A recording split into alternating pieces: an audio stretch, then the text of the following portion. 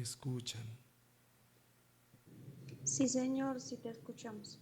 Perfecto, muchas gracias. Voy también a conectarme para estar al tanto de los chats que se vayan acá publicando. Recuerden que si tienen alguna duda, alguna pregunta, la podemos ir acá eh, tomando lectura en el chat de este enlace. Si tienes en un momento que participar, recuerdas que puedes levantar tu manito y allá te estaremos dando paso, ya que hoy es necesario contar también con tu participación como estudiante en nuestro Instituto Tecnológico Bíblico. Entonces, a partir de este momento vamos a dejar la grabación como constancia de esta clase. Le damos un saludo muy especial de bienvenida a todos los alumnos que en este momento se están conectando, los que en el transcurso de la clase se conectarán y aquellos que verán la retransmisión de esta grabación. De igual forma, saludamos al equipo ministerial de trabajo, a nuestra amada Heidi y Arquímedes y a nuestra pastora Luz Marina, como también saludamos a los alumnos que hacen presencialidad en el templo en la clase de hoy. Soy el pastor Fabio Arrubla y estamos estudiando la materia Pedagogía Bíblica. Bienvenidos. Vamos a hacer una corta oración y de esta forma damos inicio. Padre, queremos darte gracias por este tiempo tan especial que nos das de poder presentarnos delante de tu presencia. Te agradecemos por tu gracia, por tu misericordia para con cada uno de nosotros. Te bendecimos de manera maravillosa, Padre, porque tú eres el creador de la ciencia, tú eres el creador de la inteligencia y tú eres, Señor, quien ha dado al hombre las habilidades cognitivas, psicoanalíticas y también de forma educativas para de una u otra manera, Señor, enseñar a cada persona, discipulando y formando personas a través de todas las décadas y de las eras humanas. Gracias, Padre, por esta bendición tan grande de depositar en cada uno de nosotros esa pequeña dosis de sabiduría y de inteligencia, de entendimiento, la cual te pedimos en este momento sea de gran bendición y de utilidad para todos nosotros, las personas que estamos en este lugar y las personas que nos están acompañando durante esta transmisión. Te damos gracias, Padre, por tu Hijo Jesús. Gracias por tu obra perfecta en la cruz y gracias por bendecirnos con el Espíritu Santo, quien nos guía y nos enseña permanentemente. En el nombre de tu Hijo Jesús te damos gracias. Amén y amén. Muy bien, bienvenidos amados de nuevo en esta hermosa tarde. Hemos estado haciendo un estudio muy particular, muy interesante en cuanto a la estructura de lo que es la pedagogía. Yo voy a pedir por un momento que proyectemos allá las diapositivas que nosotros tenemos, hacemos un barrido súper rápido desde la primera ficha biográfica, donde aparece el título Pedagogía. Y de la pedagogía estamos estudiando tres ramas que son importantes.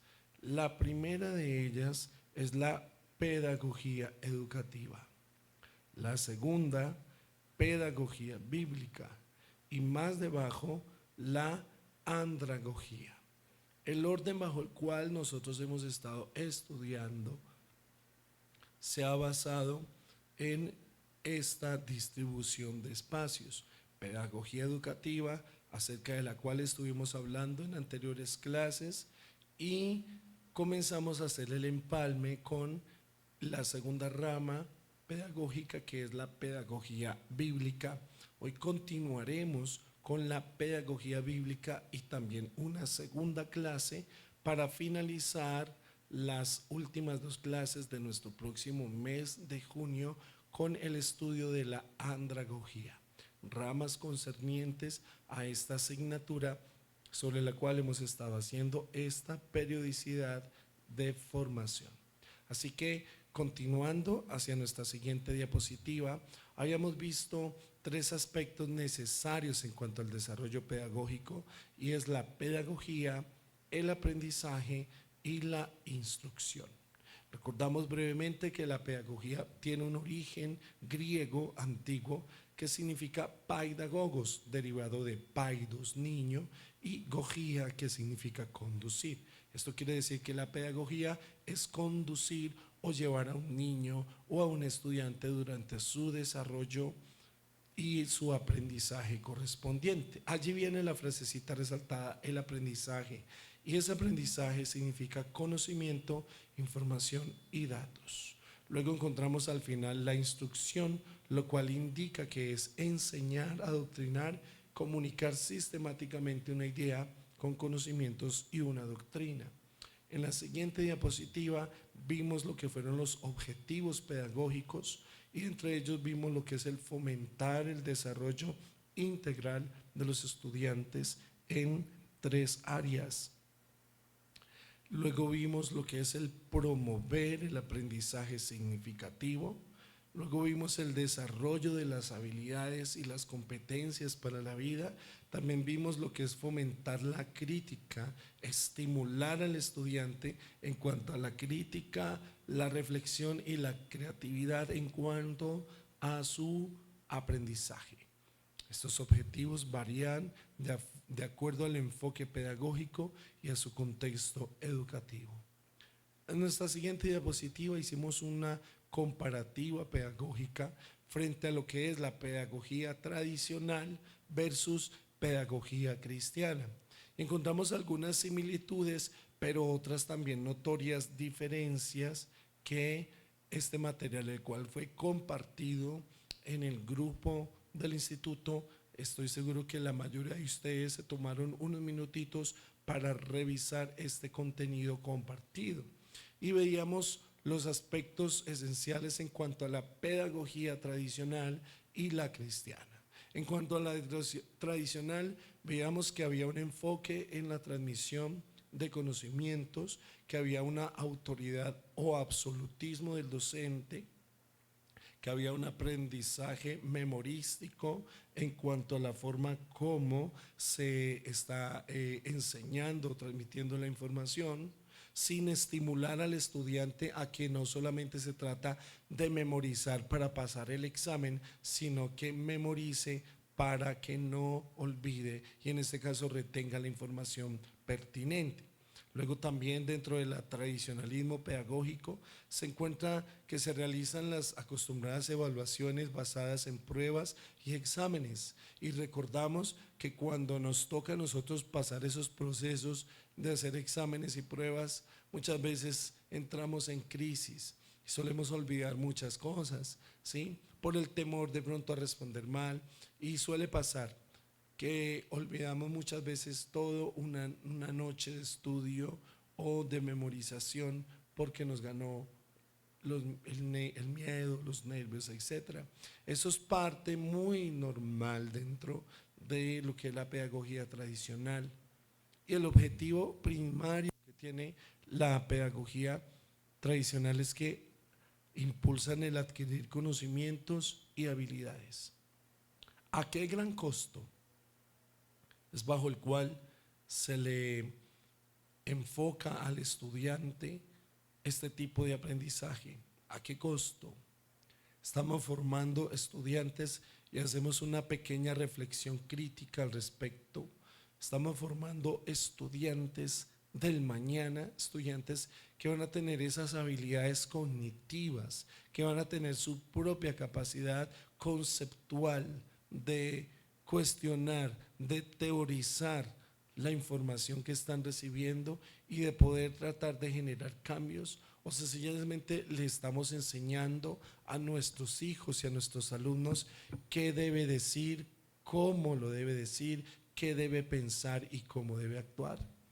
Formamos máquinas humanas, Formamos niños a los cuales les hemos desligado sus habilidades propias con que nacen, su capacidad creativa, inductiva, explorativa, y queremos desde pequeños quitarles esa libertad que como niños se merecen y solamente ponerles esos viejos tradicionalismos con los cuales nosotros nacimos. Pues bien, eso es muy común en la pedagogía tradicional contemporánea y aquí en nuestro país en especial. Siempre mantendré como profesor pedagógico una postura firme en cierta manera no estar de acuerdo con algunos conceptos tradicionales educativos en nuestro país, que en lugar de ayudar, antes han hecho que nuestra educación retroceda. Vergonzoso es saber la posición que ocupa nuestro país, Colombia, un país con tantas capacidades educativas, el lugar que ocupa en las pruebas PISA, relegado a unos lugares deplorables. ¿Por qué? Porque aunque han intentado cambiar muchos aspectos metodológicos, imponiéndole aún más y más cargas a los estudiantes, más carga académica, más responsabilidad a los profesores, no han hecho lo realmente importante, que es darle un vuelco a la teoría, darle un vuelco a la educación, pudiéndola implementar como modelo de enseñanza de los países más desarrollados, en los cuales se enfocan no en imponer, sino en impulsar y promover el aprendizaje en los alumnos como una experiencia agradable, reflexiva, que los conduce hacia encontrar aquello para lo cual ellos son buenos. Y ese es el trabajo que en esta asignatura estamos tratando de enfocar en los aprendices, en este caso en ustedes como estudiantes, para que cuando ustedes estén al frente enseñando, usando esta pedagogía, sea con sus hijos, con sus nietos, con su familia, sea en su iglesia, sea con los grupos en los cuales ustedes trabajan como profesores, porque el hecho de que ustedes prediquen la palabra, de que ustedes enseñen en una célula, redil, grupo de conexión, como le llamen, el hecho de que ustedes hablen la palabra de Dios, deben tener experiencia pedagógica para saber cómo enseñar a las personas. De eso se trata esta muy interesante asignatura. Por otro lado, también vimos lo que fue la pedagogía cristiana en comparativa y vimos cosas muy interesantes. Una de ellas es que hay un enfoque en la formación integral compuesta del cristiano, lo que es la espiritualidad, lo emocional y lo intelectual. Esa área tripartita es muy importante para el crecimiento del cristiano. Formarlo espiritualmente, sí, a través del ejemplo, a través de los ejercicios de oración, de ayuno, de lectura, de estudio bíblico. Eso es muy importante, impulsar la espiritualidad, hacer que el hermano, que el cristiano, que el alumno busque aún más y más al Señor. Eso es importante. Pero también la pedagogía cristiana tiene un enfoque hacia lo emocional, cómo la palabra de Dios, cómo lo que va aprendiendo va impactando, va impartiendo su corazón para que vaya siendo ese cristiano modelo, como el apóstol Pablo, que fue un gran pedagogo, decía: sean imitadores de mí, así como yo de Cristo. Y también la formación cristiana pedagógica tiene un enfoque hacia lo intelectual, hacer que el cristiano crezca, hacer que el cristiano en cuanto a conocimiento vaya avanzando.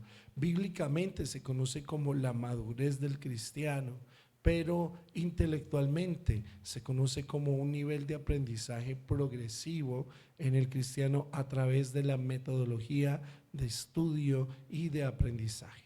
Toda esta praxeología que nosotros podemos encontrar a través de la educación tiene un factor muy relevante en la formación del cristiano y en su integralidad. Y dentro de esos aspectos pedagógicos cristianos se hace énfasis en la relación personal con Dios y con los demás. También el aprendizaje experiencial y reflexivo, como también la evaluación basada en el crecimiento espiritual y personal.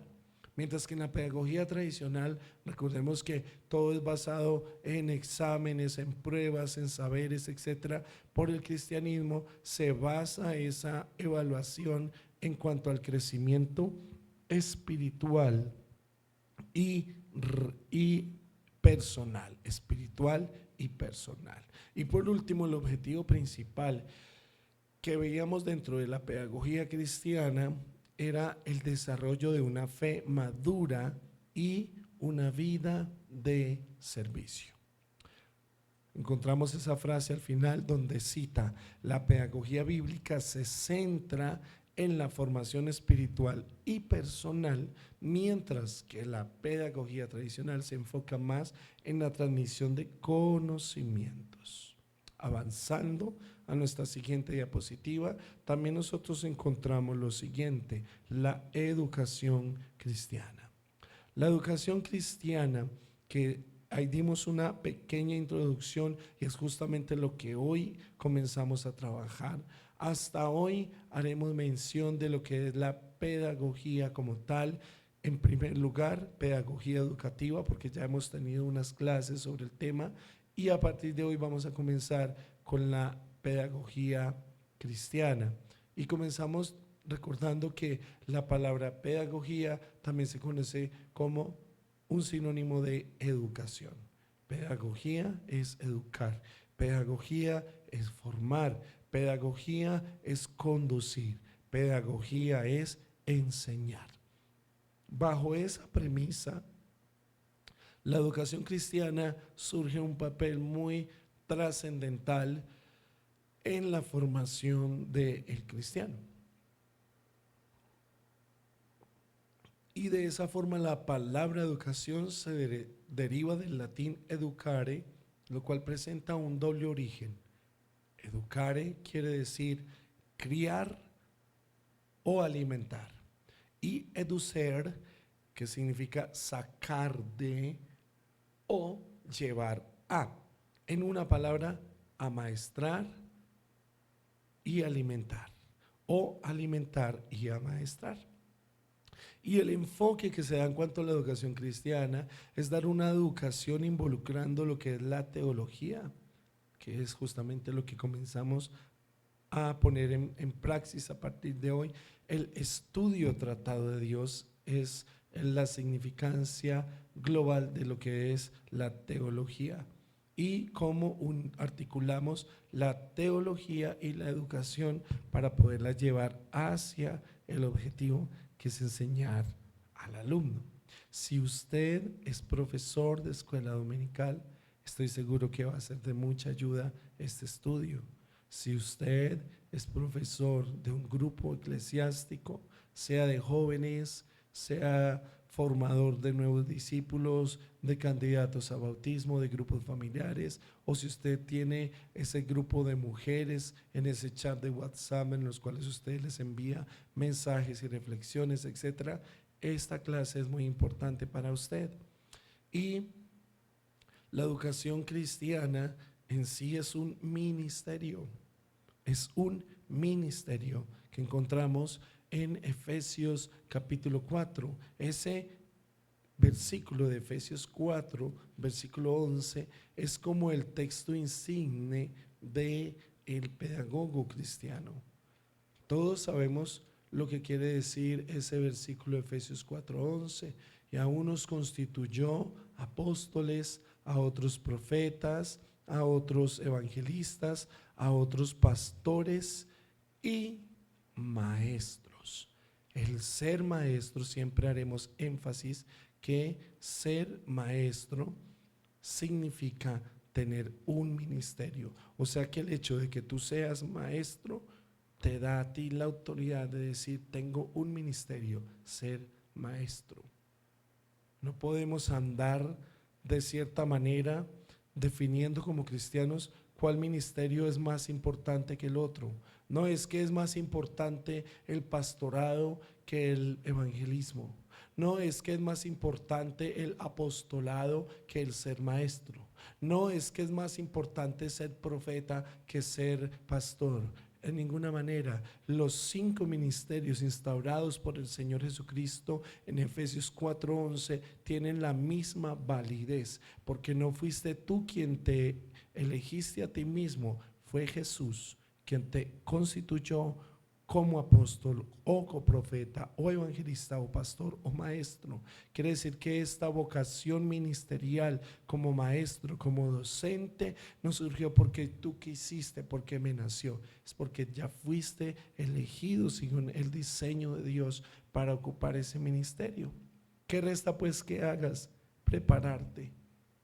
¿Y cómo comienzas? Ya estás por buen camino, estás estudiando. El que quiere ser formador, el que quiere ser profesor o maestro, hablaba yo esta mañana en el otro instituto del sur, les decía a los estudiantes, debe enseñar a sus estudiantes a promover el deseo, la voluntad de ser investigadores. Un buen profesor, un buen docente es alguien que investiga, es alguien que estudia, que lee artículos, que lee revistas educativas, que ve videos, que explora, que busca información en un lado y en el otro, queriendo compilar el mejor material para preparar esas clases tan hermosas de corazón que suele darle a sus alumnos. Eso es ser un buen maestro, un maestro que no solamente se queda con lo que le asignen o le entreguen como las guías educativas, sea en su iglesia o en el lugar donde esté, sino que además va más allá, investiga y formula nuevo material complementario a lo que ya tiene. ¿Para qué?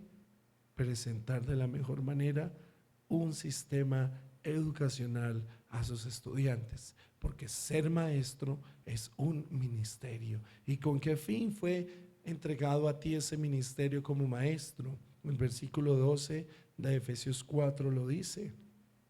Es para que tú puedas perfeccionar a los hermanos, a los alumnos, a tus hijos, a tus nietos, a tus estudiantes, a las personas que están bajo tu cargo, para que tú puedas perfeccionar en este caso a los santos para la buena obra o para la obra del ministerio, para la edificación del cuerpo de Cristo. Si tú eres formador en la iglesia, tú estás capacitando personas para el ministerio. Eso significa, o parafraseado, tu enfoque de enseñanza debe ser guiar y estimular al alumno para que se prepare y le sirva al Señor en la iglesia. Ese es el enfoque. Pero cuando tenemos los alumnos de primera infancia, ¿qué hacemos? Niños de 2, 3, 5 añitos en promedio, por ahí hasta los 8, la primera infancia. Primero les enseñamos los aspectos básicos y esenciales de la palabra de Dios. Esas historias tan bonitas, el arca, el diluvio, Moisés, los israelitas, y usamos métodos, dibujitos, cartillitas, cuadernitos, coloreamos, hacemos manualidades, hacemos jueguitos, ponemos canciones, inventamos una cantidad de cosas pedagógicas para estimular la atención de los niños y que ellos recuerden esas historias. Los niños así van creciendo y luego cuando pasan a su segunda infancia o niñez, que es más o menos desde los 9 años hasta la preadolescencia, que es entre los 11 y 12 años, entonces ahí ya cambia un poquito el método, porque ellos ya dicen, ay, eso es de niños, enséñame algo más mejor. Entonces ya tiene uno que hacer, buscar un material más adecuado a su edad. Ya con ellos podemos comenzar a buscar otras metodologías educativas, ya podemos empezar a trabajar textos no muy largos, porque a los niños de esa edad les aburre mucho leer tanto, pero llevarlos hacia la reflexión, empezarles a enseñar que ellos pueden reflexionar sobre lo que están leyendo, sobre lo que les estamos formando, y que ellos comiencen a estimular preguntas, a formular preguntas. Ahí empezamos a llamar ese impacto reflexivo, porque a partir de los 8 o 9 años en adelante ellos ya empiezan a tener un pensamiento autocrítico. ¿O acaso no te has dado cuenta que muchas veces tus hijos te confrontan diciendo ¿y por qué? ¿Y por qué tengo que hacer eso? ¿Y por qué es así? ¿Y por qué? ¿Y para qué? Porque ellos están estimulando ese pensamiento autocrítico.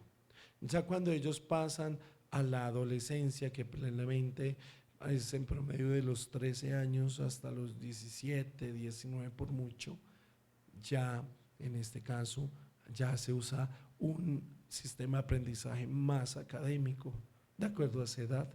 Ellos ya pueden trabajar ensayos, ellos ya pueden trabajar desarrollos temáticos interesantes en diferentes aspectos. Ya podemos politizar, podemos polemizar con el estudiante, podemos hacer preguntas abiertas, llevándolos hacia la reflexión, llevándolos hacia ese concepto y su propia autopercepción sobre los diferentes temas que tratamos con ellos. Finalmente llegamos a los adultos jóvenes, desde los 19 en promedio hasta cerca de los 30 y algo, que se conocen ya como adultos jóvenes. Ya obviamente es otro tipo de nivel.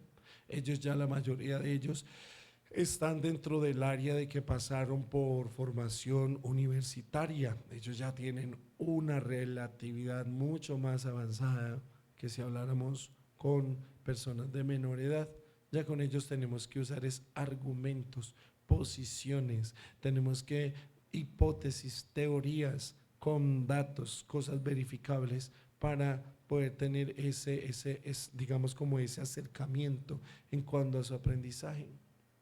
Cuando ya llegamos con los adultos, promedio de según la ciencia dicen que los adultos a partir de los 35 en adelante, en promedio, vamos a decirle que sea la ciencia, ellos ya manejan otro sistema de aprendizaje, porque cuando nosotros estamos acercándonos a los 40 en promedio, ya comienza un retroceso en cuanto al aprendizaje. La capacidad neurológica, la estimulación o red neuronal comienza a deteriorarse. Por eso tú, querido estudiante, te has dado cuenta que cuando has retomado estudios o has aprendido algo nuevo, te ha costado. Ya no es como antes. Tú decías, pues yo me atero, antes me memorizaba cosas, ahora se me olvida lo poquito que aprendí, ¿ahora qué hago? Ya me cuesta. Antes yo veía un video y eso era rapidito, ahorita me toca verlo como 3 veces para poderlo entender. ¿Qué pasa? Uno dice, definitivamente me estoy volviendo viejito. No, lo que pasa es que el cuerpo biológicamente va sufriendo cambios y allí en esa parte final, 40, 45, 50 en adelante, es donde veremos en nuestras últimas 2 clases de este semestre el estudio introductorio a la andragogía, cómo enseñarle a los adultos. Eso va a ser muy bueno y va a ser muy interesante para todos nosotros. Mientras tanto, resta decir que la educación cristiana tiene un proceso que interviene durante todas estas etapas y tú como formador, como educador, debes conocer, y te lo quiero recordar en este momento antes de avanzar, debes recordar los diferentes modelos de aprendizaje. Existen diferentes teorías de aprendizaje. Un educador llamado Piaget, del cual luego estaré compartiendo con ustedes sus teorías de aprendizaje. Él fue uno de los pioneros en cuanto a relacionar lo que son las inteligencias múltiples. ¿Qué quiere decir? Y se lo recuerdo, y usted va a decir, ay sí, pastor, usted ya lo había compartido. Todos los seres humanos, según Piaget, estamos encasillados dentro de 4 modelos de aprendizaje. El primer modelo son los estudiantes que aprenden tomando notas. Uno dice, yo puedo escuchar 5 horas una clase magistral, pero a mí se me olvida.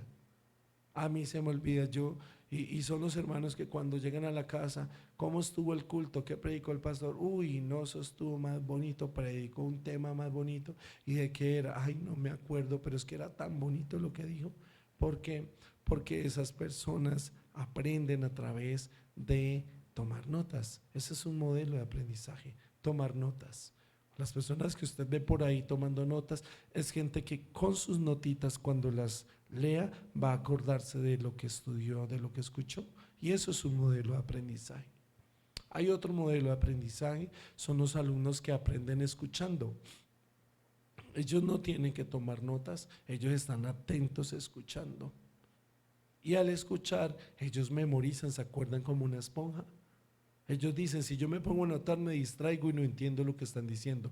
Mientras que si escucho atentamente, memorizo. Y ese es otro modelo de aprendizaje.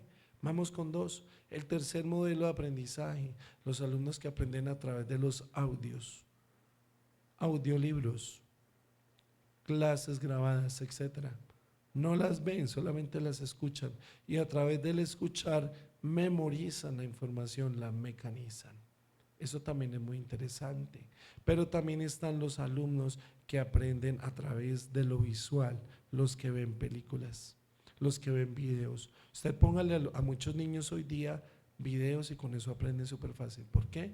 Porque los estamos acostumbrando a crecer en un medio tecnológico. A los niños desde bebés ya les pasamos la tablet, ya les pasamos el celular, ya les ponemos el televisor y con eso los niños ahí hipnotizados, ahí entretenidos. Y uno de papá, ay, soy libre. Pero lo que a veces no nos damos cuenta es que cuando los estimulamos de esa forma, los estamos enseñando a que desarrollen un comportamiento basado en ese modelo de aprendizaje. Por eso cuando los niños van a la escuela les cuesta mucho aprender lo que el profesor enseña en el tablero, no se pueden concentrar porque es que los estamos enseñando a aprender de una forma por videos. Entonces tenemos que ser muy imparciales y equilibrados en cuanto a la forma como le estamos enseñando a los niños. En sí, querido alumno, quiero reforzar con este otro concepto. Una forma también muy buena de aprendizaje es a través de la lectura. La lectura es muy buena. Hay gente que ama leer libros y aprenden a través de la lectura. Yo quiero preguntarle, ¿conoce usted, querido estudiante, cuál es su modelo o sistema de aprendizaje? Yo le voy a empezar y me gustaría que hiciéramos esa intervención. Mi sistema o forma de aprender es a través de la lectura. Por eso tengo un poquitico de libros, por lo mismo, porque a través de los libros, leyendo es como obtengo información y la memorizo. ¿Cuál es tu sistema de aprendizaje? Yo aquí en el templo veo a dos estudiantes que han estado tomando notas. Quiere decir que ese, para mi concepto, es su forma de aprendizaje. Y de los alumnos que están en este momento conectados, al menos uno, me gustaría escuchar que nos comparta cuál es su modelo de aprendizaje. A ver, le voy a preguntar a Leonardo. Leonardo, cuéntame, ¿cuál es tu modelo de aprendizaje? Mi modelo de aprendizaje es, buenas tardes. Buenas tardes. Mi modelo de aprendizaje es tomar notas, pero únicamente palabras claves. Perfecto, perfecto. Ahí lo dijo. Tomar notas, palabras claves. Esas palabras claves se conocen como conectores.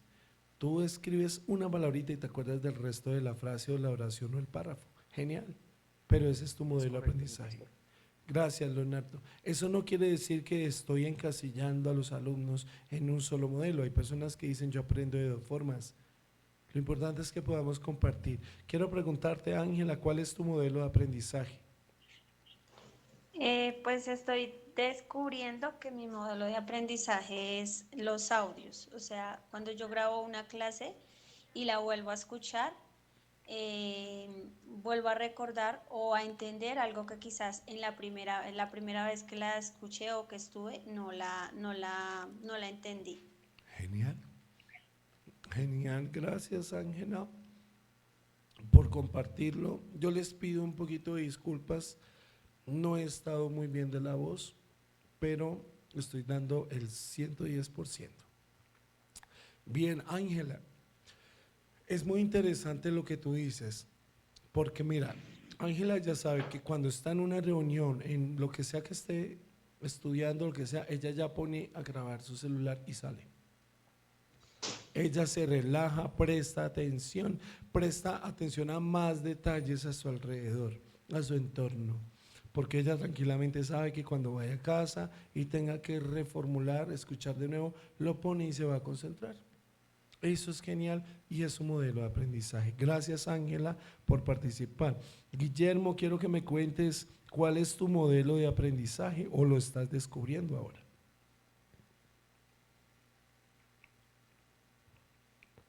Guillermo, si puedes abrir el micrófono, me avisas y me gustaría escucharte, que me cuentes cuál es tu modelo de aprendizaje. Bien, ya nos respondió por aquí Guillermo, es la lectura, eres de los míos, eres de mi grupo, la lectura, entonces debes tener poquitos libros, y esa es nuestra forma de aprender. Los que aprenden a través de la lectura, eso, hasta el baño se llevan una revista, con eso les digo todo. Eso, todo lo que tenga contenido, ahí están leyendo, en todo lado, les llama la atención. Son esos que agarran el manual y lo leen porque quieren adquirir la información a través del manual. El otro dice, ¿para qué va a leer eso? Eso ponga aquí, tata, y al final le sobraron piezas. Y esas piezas, no, eso debe ser de repuesto, guárdelas. Mientras que el que lee el manual sabe muy bien cómo hacer las cosas. Excelente tu aporte, Guillermo. Quiero preguntarle a Estela. Estela, ¿cuál es tu modelo de aprendizaje?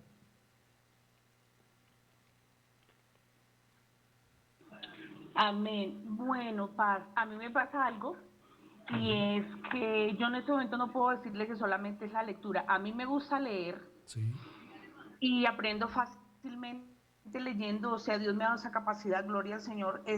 Yo aprendo muy fácil sí. y retengo. Pero me gusta leer, y me gusta también, de hecho he leído libros así por audio, pero yo soy muy buena, lo digo porque es así, lo que la misma clase que damos hace 8 días, y a mi esposo le pasa lo mismo, yo veo videos, y por ejemplo, a mí me gusta mucho el arte, me encantan las manualidades, es algo que tengo desde niña. Ajá. Yo desde que era muy pequeñita en edad, veía la imagen de algo, bueno, porque en el tiempo de antes obviamente no existía el internet, no podía uno ver videos y eso, pero yo veía de pronto una imagen de un dibujo, algo que me llamara la atención y lo hacía igualito. Entonces cuando yo iba a estudiar, yo recuerdo en la escuela, en la primaria, que el profesor no me creía porque lo dejaba casi perfecto, lo dejaba casi igual, yo tengo esa Ok. habilidad. Entonces a mí me gusta mucho dibujar, me gusta muchísimo el arte, pintar y todo ese tema, y soy muy buena cuando veo un video, porque yo veo y, por ejemplo, si yo quiero hacer un cuadro, ¿sí? Para mi sala o el comedor, yo sencillamente miro el video y lo dejo igualito, ¿sí? O me puede quedar mejor. Tengo esa habilidad y eso es un don que el Señor me ha dado. Y lo mismo me pasa con las manualidades. Yo no tengo necesidad de pronto de hacer un curso presencial. Yo simplemente veo, sí, escucho, observo al profesor en el video y ya, yo lo agarro de una. Pero creo que es porque es mi pasión, creo que es también porque a mí me gusta mucho, ¿no? Entonces se me Ujú. facilita por eso. Pero leo también, me gusta y aprendo muchísimo y por audio también. Perfecto. Mira lo interesante que acabas de compartir. Y me gusta mucho como profesor. A veces hay algunos alumnos que me dicen, profe, usted me cae gordo. Y yo, ¿por qué? Porque si usted siempre me corcha, usted siempre me pone que a preguntar y hablar y a mí me da pena y no sé qué decir. Profe, deme tiempo, usted me agarra y a quemar ropa. Es que lo que pasa es que a mí me gusta estimular la participación del estudiante. Yo también fui un día estudiante como ustedes y yo también tenía preguntas, también tenía cosas por compartir. Y cuando el profesor decía, ¿quién desea aportar? Ahí estaba yo levantando la mano. Apenas me miraban porque ya sabía que el que participa, el que opina, el que esto, porque es muy bueno estimular la creatividad. Y mira algo interesante que nos acabas de compartir, Amada, y es que tienes un enfoque dual, ¿sí? Eso quiere decir, hay un tipo de inteligencia de aprendizaje múltiple, ¿sí? O comúnmente conocido como una divergencia de conocimiento. Quiere decir, no estamos ceñidos hacia un solo parámetro, sino que tenemos matices de otros campos de aprendizaje. Las personas que son enfocadas hacia el área creativa y artística tienen más desarrollado el lado derecho de su cerebro. el lado derecho, el lado izquierdo. Luego estaremos compartiendo con ustedes algunos aspectos porque hay influencias de acuerdo a los sectores o campos cerebrales que influyen en el desarrollo del tipo de personas que nosotros vamos a ser. ¿Quién es más bueno para la lógica? ¿Quién es más bueno para las artes? ¿Quién es más bueno para la música? ¿Quién es más bueno para, pensamientos profundos, etcétera? Todo eso son campos cerebrales que seguro estaremos viendo en nuestras últimas clases, en especial la andragogía, para que allí podamos explorar desde la base experimental y de conocimiento cómo estimular esas regiones cerebrales para dar nuestro 110%. Por último, le damos también el privilegio a Luis Ferney. Si puedes decirnos, por favor, Luis Ferney, te saludamos. ¿Cuál es tu experiencia o sistema de aprendizaje? Bendiciones, pastor. Bendiciones. Bueno, mi esposa acabó de hablar ahí hace un momento. Sí. Lo que ella decía, yo soy mucho de videos, aprendo mucho mirando videos y segundo, escuchar y palabras claves. Ok. Esas son las partes mías. Leer no mucho, no soy muy fuerte en el leer. Sí se me quedan ciertas cosas, pero soy como palabras claves, específicas cuando escucho. Amén, muy Y los bien. videos. Excelente, amado. Muchas gracias por tu aporte. Miren esto, otra cosa tan interesante. Querido papá, querida mamá, tú que tienes hijos en casa, ¿quieres ser profesor? ¿Quieres ser pedagogo? Sí, profe, yo quiero enseñar. No, pero es que mis chinos ya están muy grandes. Entonces practique con los nietos. ¿Cómo? Descubra la capacidad, la inteligencia que tenga su hijo, su nieto sobre el aprendizaje. Mire la forma como él aprende e impulse ese modelo de aprendizaje en él, en ella. ¿Cómo? Si tú sabes que tu niño, que tu niña detesta leer, tú lo pones a leer y empieza a cabecear. Y aún uno de grande se pone a leer la Biblia y cabecea. ¿Cuánto más tu niño? Resulta que tu niño no tiene esa capacidad porque es que su sistema de aprendizaje es otro, su modelo. Su modelo puede ser que le gusten las cosas que son de movimiento, entonces ahí está lo visual. Tu niño debe aprender a través de la exploración del tacto, entonces trabajamos a través de las expresiones artísticas su desarrollo. Tu niño puede aprender pero a través de la reflexión, de la formulación, del análisis crítico, buscar las cualidades de aprendizaje de tus niños. Puedes con tus hijos ir explorando cómo es esto.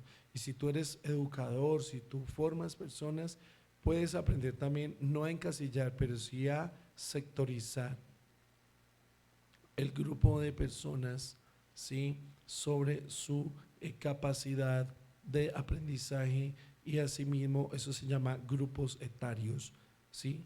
Formar grupos etarios, de este lado los que aprenden de tal forma, de este lado los de tal, y así les asignamos una misma tarea desde diferentes aspectos y todos van a rendir de maravillas.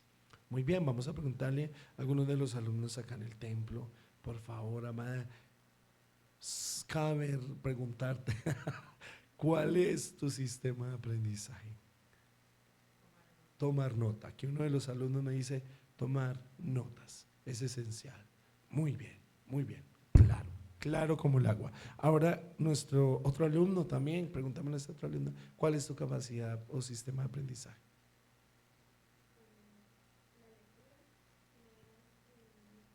Sí. Bien. Ok, ok, perfecto. Bueno, aquí uno de los alumnos comparte algo. Retiene información a través de lo visual, pero a través de la lectura en voz alta. Cuando se escucha, asimismo va reflexionando, te pone como un doble cuidado, lo que leo y lo que escucho. Y ese es el sistema que de seguro te ha funcionado siempre. Y como dicen por ahí, lo que funciona, no nos pongamos a loquear a cambiarlo, sigámoslo haciendo, porque mientras funcione, vale la pena. Muy bien, Si ya hemos descubierto un poquito cuál es nuestra capacidad de aprendizaje, entonces seguimos nosotros avanzando hacia eso mismo, impulsándolo con nuestros alumnos. Ya teniendo claro que la educación, ser educador, ser maestro, es uno de los ministerios de Efesios, también vamos a entender que la educación cristiana es uno de los ministerios especiales en la iglesia. Y habíamos visto también en la siguiente diapositiva el aspecto de la educación transformacional. Ahí compartimos diferentes conceptos. ¿Podemos cambiar la siguiente diapositiva, por favor?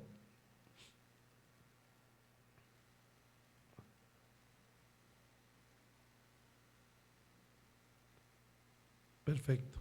La educación también es transformacional. Ahí tenemos la información como tal. Para no alargarla y poder continuar, encontramos que la educación es transformacional, no es limitante, no es condicional, es variable de acuerdo al sistema de aprendizaje de las personas. ¿Cómo lo podemos evidenciar? Lo que antes para ti te parecía importante, hoy ya no lo es. Hoy ya descubres que hay otras formas de aprender más eficientes, más hábiles, porque has adquirido experiencia, conocimiento. Has perdido interés y has desdibujado quizás algunas cosas que por años albergaste pensando ser relativamente necesarias, pero hoy día dices, ya va que hoy ya no quiero esto, voy más bien a enfocarme hacia este otro aspecto. Y cuando empiezas a explorar, descubres que hay cosas, hay muchas más maneras a través de las cuales podemos aprender. Veíamos también que la educación funciona como una ciencia porque se basa bajo una reflexión metodológica y objetiva, pero también la educación es evolución. No olvides esta última frase, educación es evolución. No puedo ni debo ponerme a enseñar a mis hijos, a mis nietos, a mis alumnos como yo aprendí. Esos eran otros tiempos, eran otras circunstancias. Hoy vamos a usar los recursos virtuales, pedagógicos, existentes, modernos, y los vamos a integrar a ese pasado. ¿Cómo? ¿A qué tipo de pasado? Al sistema como aprendimos. Primero, les decía el otro día, lo que vamos a enseñar, primero nosotros mismos lo tenemos que aprender a hacerlo, cómo serlo y luego poderlo enseñar. Siguiente diapositiva, encontramos también una imagen muy interesante. En esa diapositiva, recordemos por unos 30 segundos lo que nosotros dimos como reflexión ese día.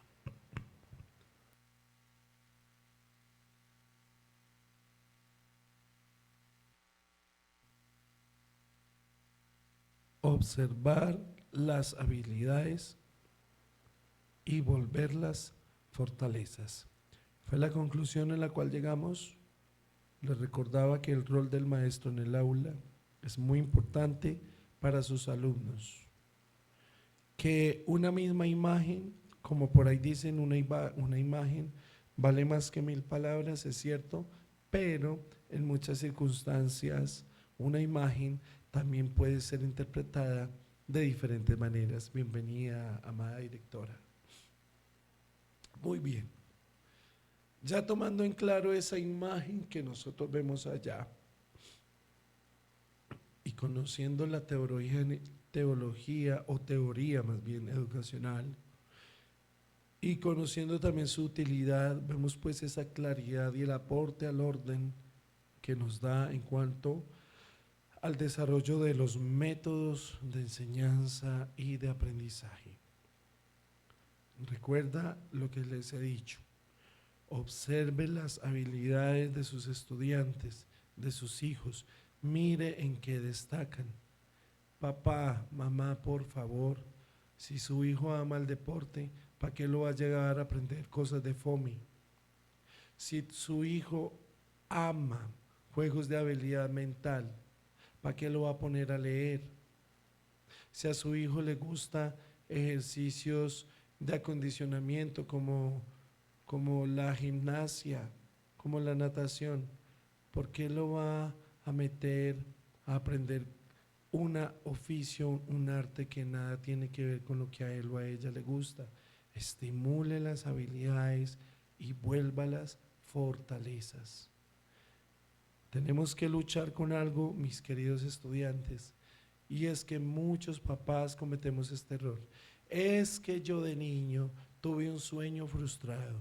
Yo siempre quise hacer tal cosa, pero mis papás nunca me dejaron hacerlo. Entonces ahora que tengo mis hijitos, mis chamaquitos, a ellos sí les estoy embutiendo a las malas a hacer eso que yo no pude hacer de niño. Y su niño queriendo hacer otra cosa. Ustedes saben, yo como educador, con cuántos alumnos me he visto en esta gran dilema. ¿Tú por qué estás estudiando música? Porque mi papá me obligó, porque mi mamá me dijo que tenía que hacerlo. Y me da pesar. Yo como educador también artístico y musical sé lo triste que es eso. Por lo tanto, les recomiendo, miren las habilidades de sus hijos, de sus nietos, de sus estudiantes, de sus niños en sus iglesias y vuélvanlos fortalezas.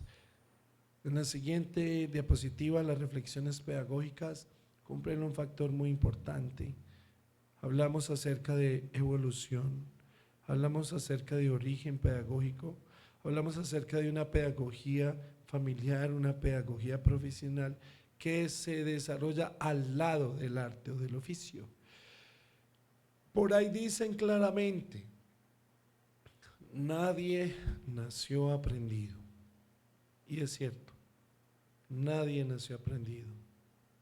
Pero a través del desarrollo de las habilidades, a través de tareas, de ejercicios repetitivos, vamos adquiriendo conocimiento, aprendizaje.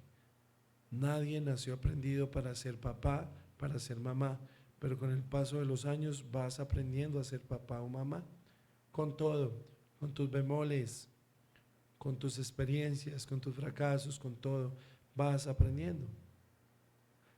Qué gran ejemplo tenemos con los hijos, los que casi siempre llevan del bulto, los hijos mayores. Esos son los que pagan nuestros platos rotos de la inexperiencia, de los fracasos, del no saber cómo educar, cómo ser papá, cómo corregir. Y cuando ellos ven que llegan ya los menores a la casa, el segundo, el tercer hermanito, empiezan ellos tristes: mami, ¿tú por qué le hablas así a mi hermanito y a mí no? ¿Tú por qué a mi hermanito sí lo tratas de esta forma y conmigo eras tan duro? ¿Tú por qué a él sí y a mí no? ¿Tú por qué sí eres más flexible con ellos y no conmigo? Ojalá no nos estén escuchando por ahí los hijos. ¿Y cuál es la respuesta a nosotros? Es que eso eran otros tiempos. Es que ahora las cosas han cambiado. No, hombre, reconozcamos.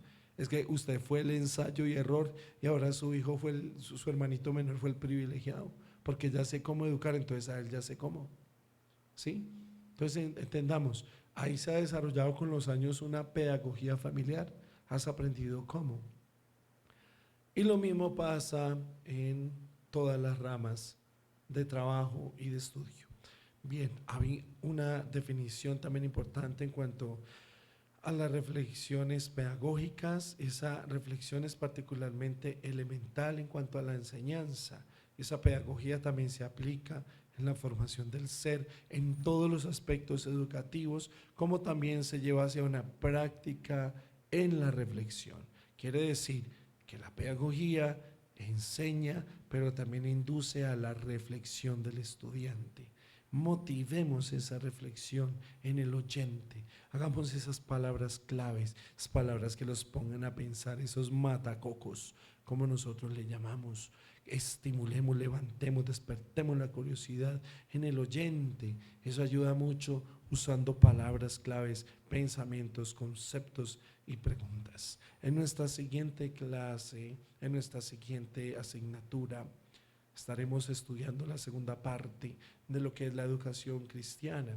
Hoy estamos haciendo esa fase introductoria. En esta diapositiva encontramos lo que es la educación cristiana. Vamos a ver esa diapositiva. Siguiente, por favor. La educación cristiana. Y en este momento vamos a tomarnos unos 3 minuticos. Vaya, por favor, prepárese un tintico, una agüita, levántese, estírese un momentico y ya continuamos luego de escuchar esta linda alabanza.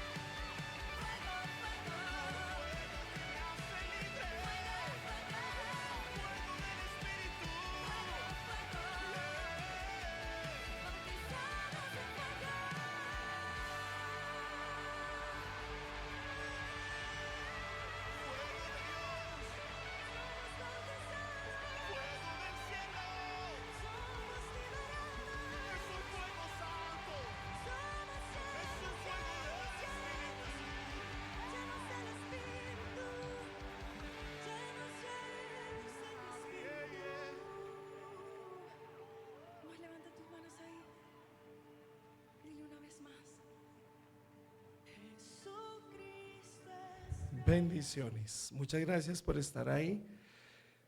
Espero que hayan terminado ese descansito, hayan hecho esa bebida caliente, bien chévere. Y vamos a continuar con el segundo bloque de esta clase de hoy. Estamos estudiando el segundo aspecto de la pedagogía y es la pedagogía cristiana o educación cristiana. Vimos unos apartes muy interesantes.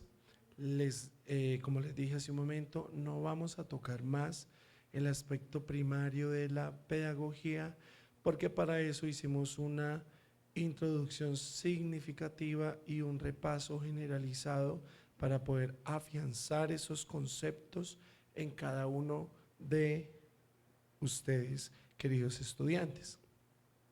A partir de este momento entramos a la educación cristiana formal e informal y a lo que es la formación. Muy bien, entonces vamos a proyectar, continuamos con la proyección de las diapositivas. Vamos a mirar lo que es la educación cristiana como una pedagogía, la cual gira en base a 3 contextos principales. Número 1, educación formal. La educación formal es una transmisión de información, una transmisión de hechos, una transmisión de conceptos, de contenido bíblico y de todo su concepto, ¿sí? Que en este caso estructura lo que es la palabra, articula lo que es la teología.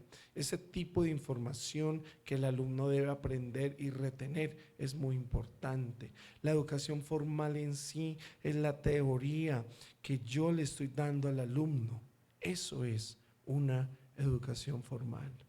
Esa educación formal debe estar bien estructurada, debe estar basada en hechos reales, en conceptos verificables, debe tener un contenido bíblico amplio porque pues es enfocado hacia el cristianismo en toda su estructura. La palabra y la inyección, yo le llamo así la inyección teológica como el centro de esa formación va aunada a entender que lo que se le enseña al alumno primeramente es para que él aprenda y retenga esa información. El segundo aspecto de lo que es la educación cristiana es la educación informal, lo cual se basa en la comprensión de lo que yo recibo. Educación informal es lo que yo recibo, es el cómo yo aplico eso que recibí. Es el cómo ahora yo lo estoy desarrollando con todos esos valores y actitudes, con la conciencia, con mi comportamiento, lo que recibo, cómo lo aplico en mi vida, cómo ahora lo adquiero para vivirlo y para reflejarlo en mi persona. Quiere decir, ¿qué estoy haciendo con todo eso que yo estoy aprendiendo? ¿A dónde está yendo a parar? ¿Al cajón del olvido? ¿A los recuerdos olvidados? Lo que yo estoy aprendiendo en la iglesia, ¿lo estoy dejando que se quede en una memoria a corto plazo? Tenemos memoria a corto plazo, a mediano y a largo plazo. La memoria a corto plazo es como cuando yo me memorizo en un momentico un código, un número, una frase, algo que de pronto no alcanzo a anotarlo, entonces me toca ya para que no se me olvide, pero es súper rápido. ¿Cuánto me dura esa memoria a corto plazo? Segundos, quizás un par de minutos. Después lo olvidé.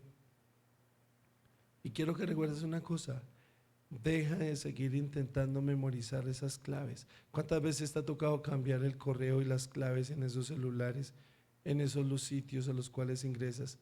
No, esta vez no se me va a olvidar, y eso pone el nombre de la abuelita de Santa Clementina que llenó aquí una cosa que es imposible. ¿Cómo se me va a olvidar esta clave en ese momento? Acto seguido o 3 doritos después se me olvidó otra vez la clave. ¿Y ahora cómo hago? Y esa vocecita interna que te dice: hombre, escríbalo para que no se le olvide. No, es que no se me olvida, y siempre se me olvida, ¿sí? Allá muchas veces enviamos la información a corto plazo. Hay otra información a mediano plazo, algo que nos impactó, algo que nos llamó la atención, Y eso estoy refiriéndolo a este segundo aspecto de lo que es la educación informal. Cuando yo aprendo bajo este estatus de lo que es memoria a mediano plazo, por un tiempo significativo voy a estar recordando lo que memoricé, lo que aprendí, siempre y cuando yo lo esté repitiendo, lo esté repasando, rebobinando. Pero por muy impactante que haya sido, si no vuelvo a reflexionar sobre eso nuevo que aprendí, pues se me va a olvidar otra vez. Y después, ay, ¿cómo era? ¿Cómo era? Ya se me fue. Un ejemplo clásico, cuando nos aprendemos un versículo nuevo. Y ese día eso, mejor dicho, lo repetimos como lora mojada y hágale, y hágale, y hágale. Y no es que no se me olvida. Y al otro día también lo repito y quizás al tercero, al cuarto ya se me está empezando a olvidar, al quinto, después ya resulto pensando y diciendo algo completamente contrario a ese versículo que aprendí, porque la memoria a mediano plazo se me fue.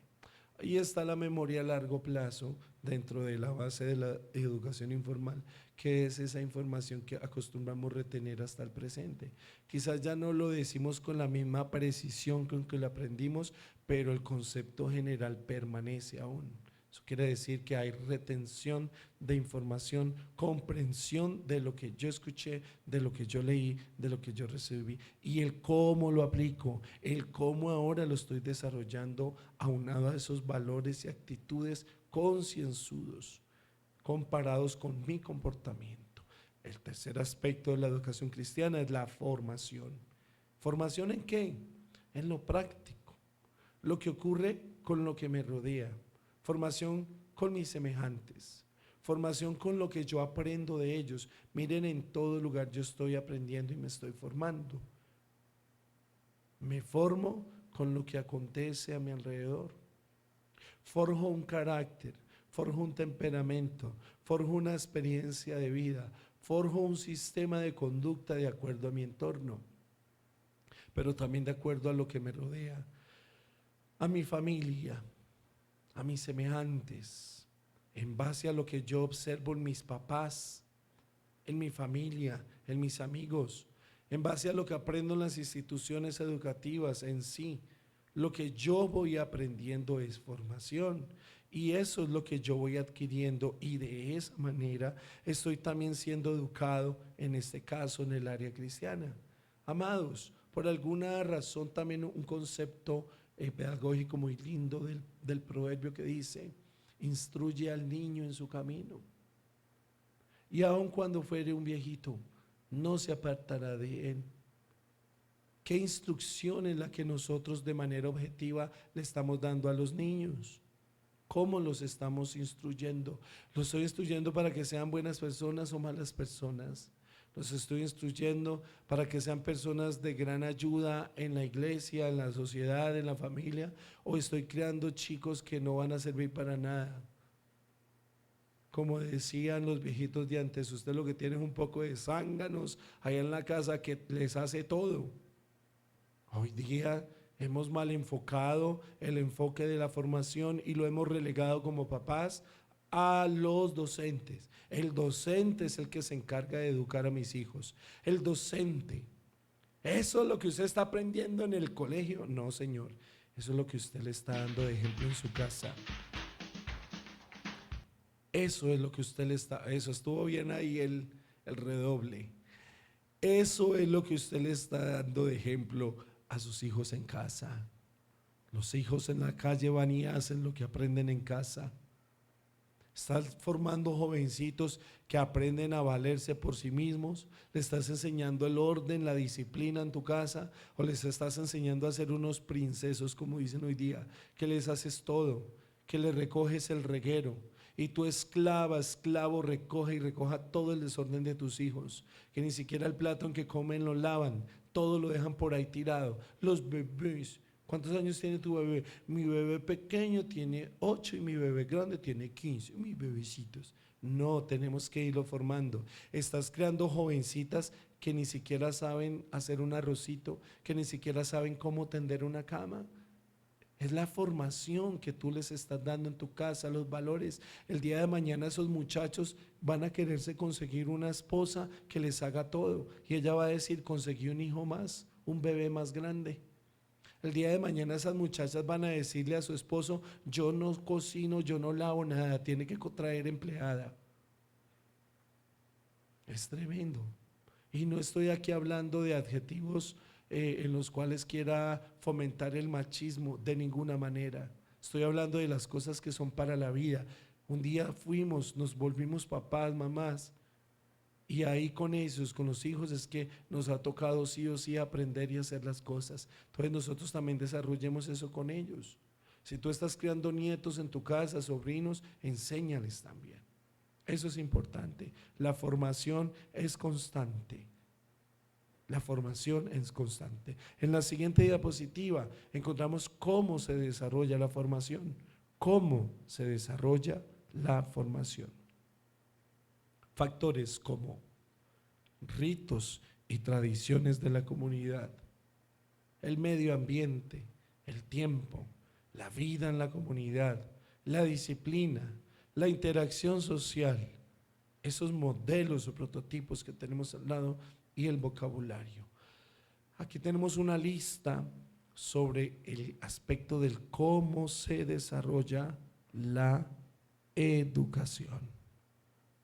Si nosotros tomamos algunos de esos aspectos, encontramos así a grosso modo que el tradicionalismo en la comunidad influye en la formación, que esos rituales que se acostumbran a hacer, ese modo, esa forma de hacer las cosas, son tradicionalismos que aprendimos muchas veces en casa. ¿Tú por qué haces esto de esta forma? Porque es que así me enseñó mi mamá, así me enseñó mi abuelita, así lo ha hecho todo el mundo. ¿Tú por qué practicas este tipo de actividad? Porque es que también lo hacía mi abuelito, mi papá, entonces ahora lo hago yo. Tradicionalismos influyen en la formación. El medio ambiente también es un factor importante, el sector social donde crecemos, comunitario, allí esa interacción va forjando en nosotros esa formación, ese desarrollo. La disciplina.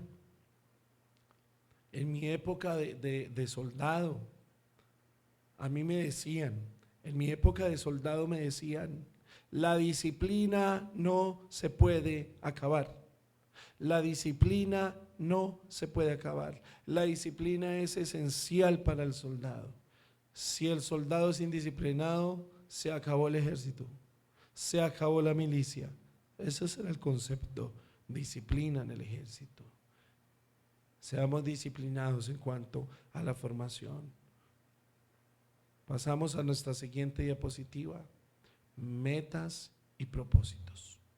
Metas y propósitos. Las metas de la pedagogía cristiana frente a los propósitos de la pedagogía cristiana. Vamos a hablar primero de las metas.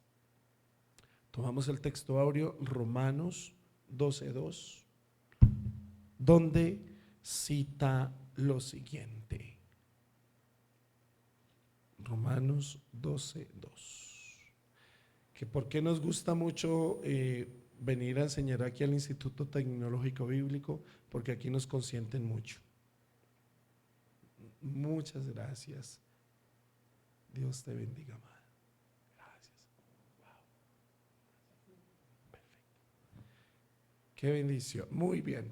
Romanos 12:2 va a surgir, va a funcionar como una base fundamental. Y leemos lo que dice Romanos 12:2. No os conforméis ¿a qué no nos debemos conformar? A este siglo, sino transformaos por medio de la renovación de vuestro entendimiento, para que comprobéis cuál sea la buena voluntad de Dios. ¿Cuál es la buena voluntad de Dios? Agradable y perfecta. La voluntad de Dios es agradable y perfecta.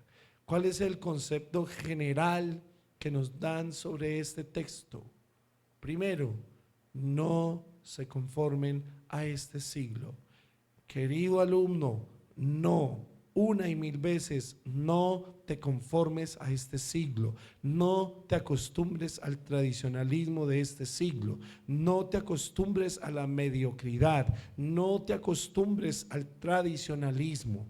Sé un auténtico hijo de Dios, sé un auténtico cristiano que aplica la segunda parte de este versículo que enseña, sino transformaos por medio de la renovación de vuestro entendimiento. No seas un profesor más del montón, sé diferente. Transforma tu mente a través del entendimiento. Esto es maravilloso, porque de esa forma vas a entender cuál es la voluntad de Dios. Esta es la base fundamental de la pedagogía cristiana, entender cuál es la voluntad de Dios, porque en primer lugar no me conformé a este siglo y en segundo lugar renové mi mente a través de la renovación de mi entendimiento. La formación cristiana que nosotros vivimos en Dios es para el propósito de ser transformados. Propósito de ser transformados. Un segundo aspecto de las metas de la pedagogía cristiana es enseñar para. No es enseñar por enseñar. No es que vengan aquí los diferentes profesores del Instituto Tecnológico Bíblico a enseñar por enseñar. Ay, es que a mí me gusta más cómo enseña tal profe o tal otro. Ay, es que tal profe hace esto y el otro hace esta otra forma. Ay, es que el otro tiene una voz así como me gusta y el otro casi no. No se trata de enseñar por enseñar. Se trata de enseñar para integrar. Para integrar. Si yo enseño, voy a estar integrando a las personas, su mente, su entendimiento hacia lo que es la metodología de la pedagogía o la enseñanza cristiana. No solamente ser cristianos de banca, como muchos lo harán, sino que ellos puedan también trabajar en la obra del Señor. Además, otro de los objetivos o metas pedagógicas es que nuestro trabajo es impartir una educación centrada en los discípulos para que ellos tengan el conocimiento del Señor y su obra redentora. Ese es el listado de esta diapositiva, metas pedagógicas. Y si ustedes ven la segunda parte de esta misma diapositiva, encontramos los propósitos. ¿Cuáles son esos propósitos de la pedagogía cristiana? En primer lugar, educar para vivir y disfrutar la alegría del evangelio en comunidad. Ese es el primer propósito de la educación cristiana. Educamos a los hermanos en la iglesia para que puedan disfrutar de la alegría del evangelio, para que podamos tener el gozo de la salvación, como muchas veces cantamos. ¿Por qué? Porque a través de la vivencia en comunidad es como nosotros vamos aprendiendo y creciendo de una forma exponencial y gradual en este aprendizaje. Segundo aspecto de la pedagogía cristiana es educar para vivir la libertad. Es decir, rechazar el tradicionalismo, el costumbrismo impuesto como cargas, como legalismo y como religiosidad. Tremenda. Esas tres palabras a veces sacuden. Tenemos que sacudirnos de costumbres impuestas. Tenemos que sacudirnos del legalismo y tenemos que sacudirnos de la religiosidad. Ser objetivos, educar, crecer como cristianos para ser libres, no para imponernos más cargas. ¿Qué gracia tiene que una persona que estuvo estropeada por el mundo, lleno de cargas, por el pecado, por las malas obras, ¿Qué gracia tiene que le enseñemos cómo quitarse esas cargas y ser libre en Cristo Jesús? Y no ha soltado esa maleta y ya le estamos poniendo una más pesada de legalismo y de religiosidad. No, no es correcto. Tenemos que, como educadores, enseñarles la libertad en Cristo Jesús, pero no una libertad de papel, no una libertad verbal, no una libertad de apariencias, una libertad desde el corazón. Ser libres desde el corazón es lo que tenemos que impulsar en nuestros alumnos. ¿Por qué les digo esto, amados? Porque mientras tú en tu iglesia solamente le enseñes a tus muchachos cómo pensar, cómo actuar, cómo hablar, pero no les enseñes a sacarse el mundo de su corazón, aunque ellos físicamente estén aquí en cuerpo, su corazón está afuera. Aunque tú les impongas cómo se tienen que vestir, ya en su corazón se están vistiendo como a ellos les gusta afuera. Amén. Uy, se salió un amén.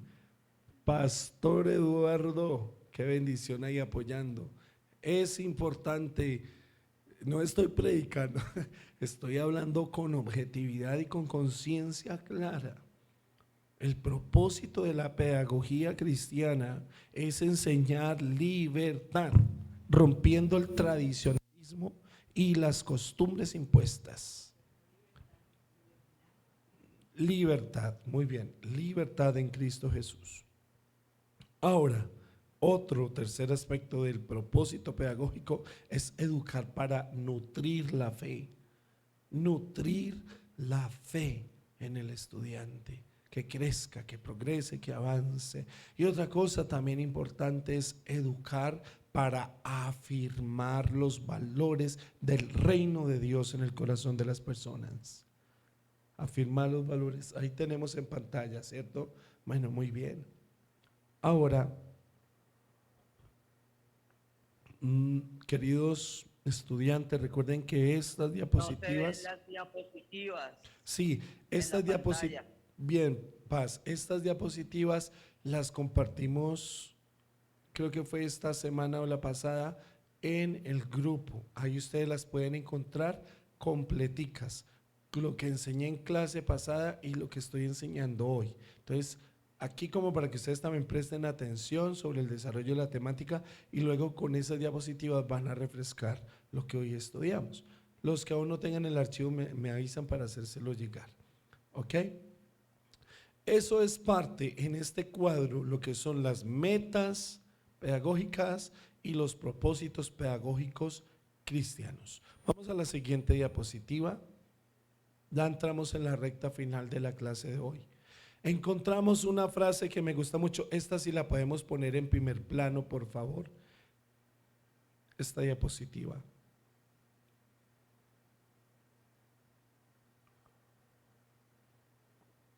Ese título tan lindo que aparece ahí.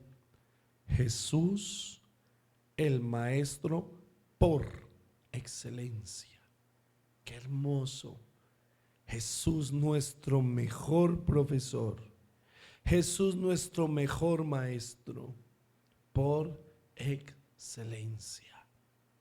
Y vamos a encontrar un desglose tratando de resumirlo porque encontramos ahí unos buenos textos bíblicos. Igual recuerden, esas diapositivas las compartimos.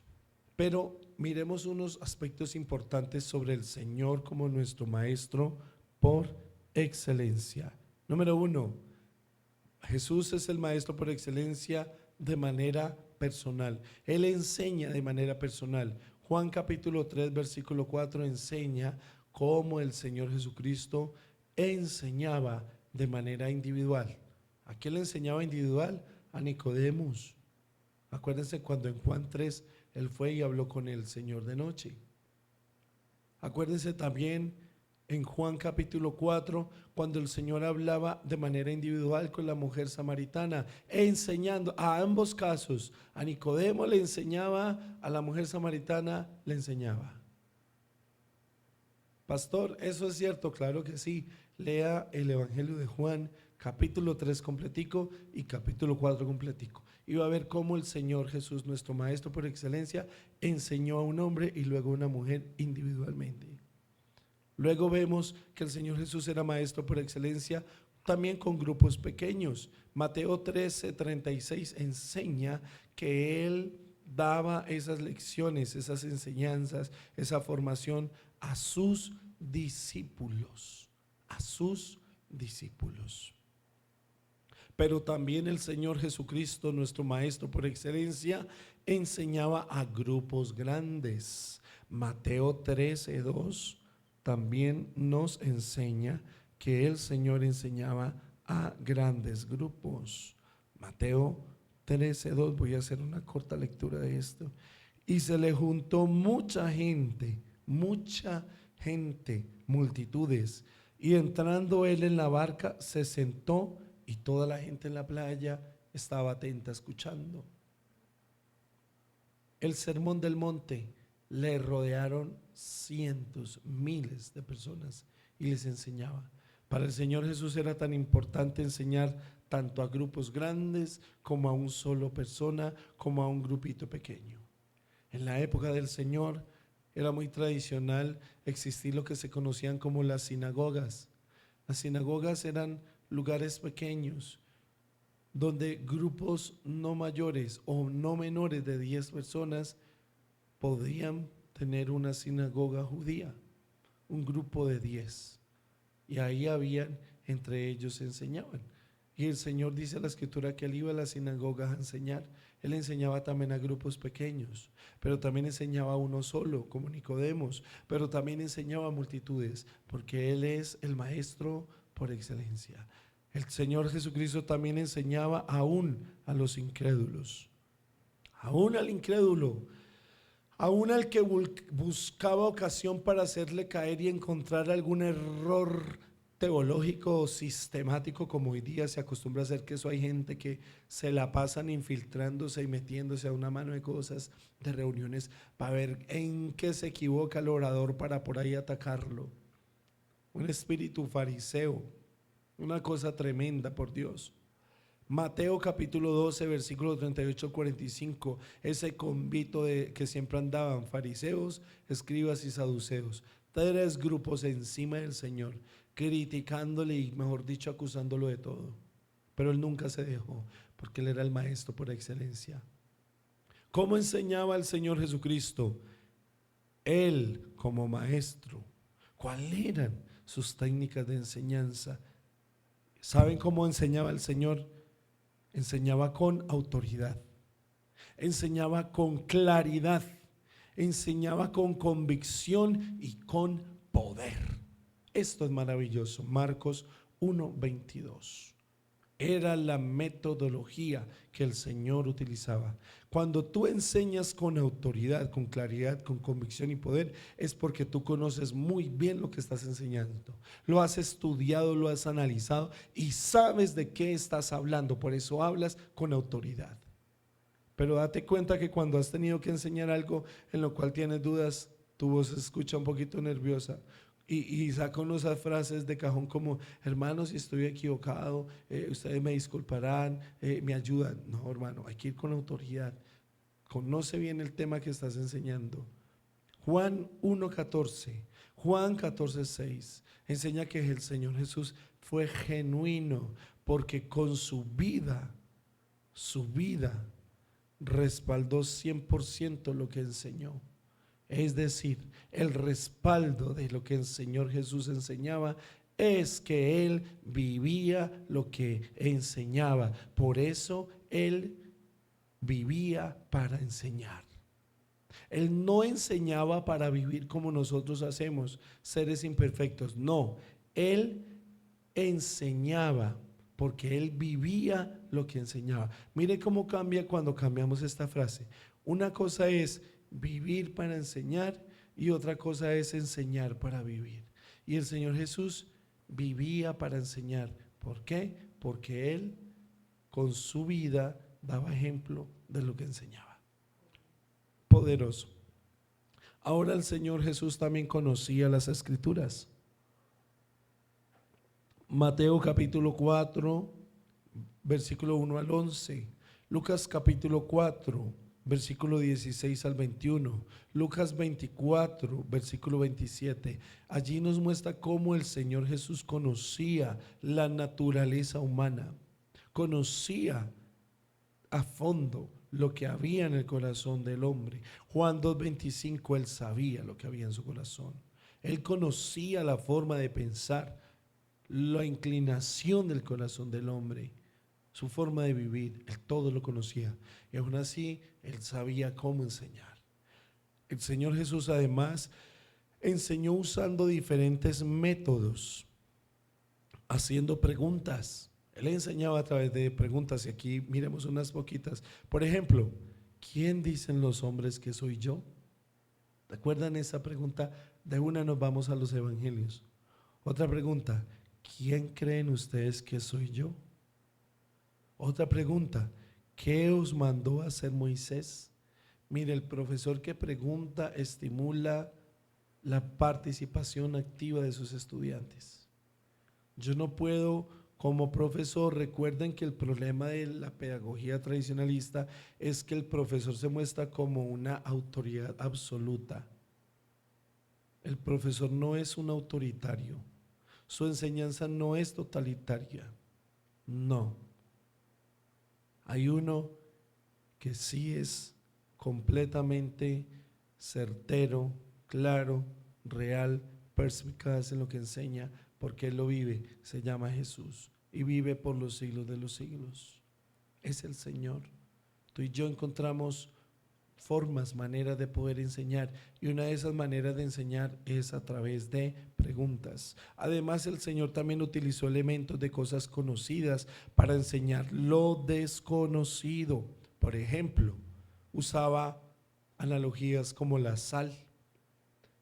Vosotros sois la sal de la tierra. Y si la sal perdiere su sabor, ¿para qué sirve? Solo sirve para hacer hollada. ¿Ok? Vosotros sois la luz del mundo. Qué bonito hablaba el Señor. ¿Sí? Él utilizó elementos de la naturaleza de forma metafórica. Metafórica. Además, el Señor hizo uso de aspectos de la vida cotidiana para enseñar las parábolas. Mire tan bonito, y para eso usaba de forma literaria las parábolas, usaba una historia, usaba un relato para transmitir un mensaje, para transmitir una enseñanza moral, una enseñanza espiritual o filosófica. El Señor abarcaba diferentes ramas. ¿Saben por qué? ¿Quieren saber por qué? Porque en el Señor existían los 5 ministerios, no que Él fue el que los dio. El Señor fue apóstol, el Señor fue profeta, el Señor fue evangelista, fue pastor, fue maestro. Él se movía dentro de sus mismos ministerios que luego concedió a la iglesia, según Efesios 4:11. Él primero los vivió acá en la tierra para luego constituirlos a ti y a mí. Por eso lo vemos en algunos momentos señalando fariseos y hipócritas, sepulcros blanqueados. Y a más de uno nos gusta cuando el Señor habla así. Y ahí le están hablando al fariseo que está sentado a mi lado, aleluya. Tremendo. Pero otras veces él era ese evangelista que andaba de lugar a otro llevando la palabra. Pero otras veces era un pastor hablando al corazón de una familia. Pero otras veces era un apóstol cumpliendo la gran comisión. Pero también era un maestro por excelencia, porque enseñaba en todo lugar. Qué lindo el trabajo del Señor. Como maestro usaba parábolas, usaba analogías, usaba metáforas, composiciones, formas literarias, relatando historias, haciendo relatos, transmitiendo mensajes morales, espirituales, entre otros. El Señor también enseñó objetivamente y en especial con su ejemplo de humildad. A través del ejemplo también enseñó. Él lavó los pies de sus discípulos. Juan 13:4 lo enseña. Y él dijo: así como yo he hecho, así como yo hoy les enseño, así como hoy les mostré la forma de hacer, vayan ustedes también y háganlo. Él también testificó con su ejemplo. Él no solo testificó con su forma de vivir, la cual respaldaba lo que predicaba, él también testificó con su ejemplo. Y hoy día estamos tan acostumbrados a hablar tan bonito, a enseñar tan bonito, pero con nuestro ejemplo mostramos otra cosa, y a decepciones que mucha gente se lleva. Y eso es lo que usted predica. Ay, y vienen los viejos adagios. El cura predica, pero no aplica. Si lo que enseña no lo aplica, entonces ¿qué hacemos? Pero el Señor era el maestro perfecto. Él enseñó objetivamente de esa forma. Y el último aspecto que vemos del Señor Jesús, maestro por excelencia, es que Él también enseñó a sus discípulos cuando los escuchaba. Cuando Él escucha, cuando el maestro escucha, Él está enseñando. Cuando el maestro anima a sus estudiantes, a sus alumnos, está enseñando. Cuando el maestro corrige a sus estudiantes, también está enseñando, y de una forma profunda. Todo esto que hemos hablado, ahí lo tenemos en nuestras diapositivas. Siguiente, responsabilidades del maestro cristiano. El maestro cristiano, en la siguiente diapositiva encontramos las responsabilidades del maestro cristiano. 4 aspectos, así de forma rápida. Primero, el maestro es una ayuda a los padres. ¿Y a quién? Al pastor. El maestro de iglesia, el que tiene el ministerio de maestro, ayuda a quienes, a los papás de sus estudiantes, con lo que enseña. ¿En dónde? En la escuela dominical, grupo de iniciación, grupo de adolescentes, etcétera. Él es de gran ayuda para los papás, porque los papás empiezan a ver un cambio en sus hijos a través de lo que se les está enseñando en la iglesia, en sus grupos. Pero también el maestro es de gran ayuda al pastor. Es de gran ayuda porque está ayudando a formar el pueblo de una forma integral. Por eso el pastor cumple un papel muy importante en promover la formación en los maestros, en dictar talleres de formación, cosas que ayuden mucho también a estimular e incentivar la voluntad del profesor y el maestro a enseñar. También encontramos en segundo lugar la responsabilidad del maestro cristiano en cuanto al estimular el interés del alumno en aprender la Biblia y en servir al Señor. 2 cosas importantes del profesor sobre el alumno: enséñele, estimule que él aprenda la Biblia y que le sirva al Señor. Otro aspecto, el profesor debe enseñar lo que apoya la enseñanza del pastor. ¿Cómo es eso que el pastor está enseñando una cosa y el maestro otra? ¿Cómo es que el pastor está enseñando lo que es la obediencia, donde la palabra dice amen a sus pastores y sujétense a ellos porque ellos velan por sus almas como quien debe dar cuenta? Y el profesor está diciendo: no, es que usted no tiene que agacharle la cabeza al pastor, al que le agacha a usted la cabeza es al Señor, amén, aleluya. Entonces, ¿qué está haciendo? Está confundiendo a sus estudiantes. No puedo llevar yo como maestro una enseñanza diferente a la que da el pastor. Por eso el pastor se encarga de pasar el material de estudio a los profesores de escuela dominical, porque va en el mismo lineamiento de lo que se está enseñando. Y así todos vamos a hablar el mismo idioma. Último aporte de esta responsabilidad del maestro cristiano es que debe ser un ejemplo en lo que enseña. La última diapositiva, regáleme unos minuticos más. La última diapositiva, tenemos lo que son los requisitos del maestro cristiano. Esta es la última. ¿Cuáles son los requisitos? Si luego de esto que hemos estudiado hoy, tú dices: ay, pastor, hoy usted me estuvo dando como mucho palo, como mucha cátedra, me va a mandar cabezón a pensar. Pero si aún así usted toma la decisión de hoy ir con esa voluntad de decir: Señor, gracias por lo que hoy aprendí, voy a seguir aprendiendo, me voy a seguir formando, porque yo fui llamado a ser maestro. De eso se trata esta clase. De eso se trata esta asignatura. El maestro cristiano. Muy bien, requisitos. Número 1. Ser salvo y consagrado.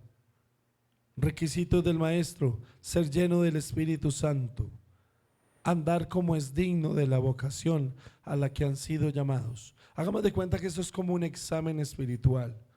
Vaya ahí chuleando a su forma personal, en su mente. Y si al final de estos requisitos usted dice: uy, Dios mío, me rajé en tantos puntos, o los hice todos, amén, gloria a Dios. Pero ahí dése cuenta de la importancia de que usted sepa: si me identifico como maestro. Número 1, ser salvos, como les dije, llenos del Espíritu Santo, dignos de esa vocación. Siguiente, conocimiento de la Biblia. Que el maestro debe conocer la Biblia y debe tener buena doctrina bíblica, es decir, estudiar, investigar y aprender. También el requisito del maestro, en tercer lugar, es ser fiel. Fiel con su pastor, fiel con su ministerio, confiable con su pastor, que no le va a andar por ahí clavando el puñal a la espalda, dividiéndole la iglesia. No, siendo un gran ejemplo para los alumnos en integridad, en fidelidad hacia el pastor. Si alguno quiere ser colaborador, debe ser hallado fiel, es lo que cita. Un maestro también debe tener un corazón de pastor, porque el maestro no solo enseña, pastorea a sus alumnos. Pastorea a sus alumnos. Como decía el Señor a Pedro: Pedro, ¿me amas más que esto? Sí, Señor. Pastorea, pastorea. Siguiente, el maestro debe ser creativo, debe buscar ideas en otras fuentes. No se trata solo de cerrarse en el contexto bíblico, aunque hay muchas cosas más que puedes investigar en cuanto a lo secular para enriquecer y fortalecer las enseñanzas, pero básico es: sé creativo, consulta, indaga, no te cierres solamente a esto que hay acá estipulado. Mira cómo puedes ampliar un poco más esa enseñanza, cómo puedo darla mejor, cómo puedo innovar, cómo puedo crear un juego, cómo puedo usar una metodología para hacer estimulante visual, auditivamente lo que enseño a los niños. Otra cosa importante del requisito del maestro cristiano es que debe preparar con tiempo la lección. Eso tiene sus excepciones. Porque es que uno no solo es maestro, uno también es papá, uno también es trabajador, uno también tiene una cantidad de responsabilidades, y sé que el tiempo es mínimo, pero si yo sé que tengo que dar una clase, yo trato a poquitos en semana, un poquito acá, un poquito allá, encontré este artículo, voy compilando, y luego llega el momento en que dejo organizada la clase y ya la tengo lista, para que no me toque estar acostándome el domingo a las 3 de la mañana terminando la manualidad para la escuela dominical. Ok, también debo reflejar un sentido de organización, un sentido de organización. Eso es necesario. El maestro debe ser organizado. Si es desorganizado, ay, ay, ay. Así mismo le vamos a enseñar a los alumnos. Ser esforzados. Segunda de Timoteo 2, 1 y 2 lo enseña. ¿Cómo podemos ser esforzados?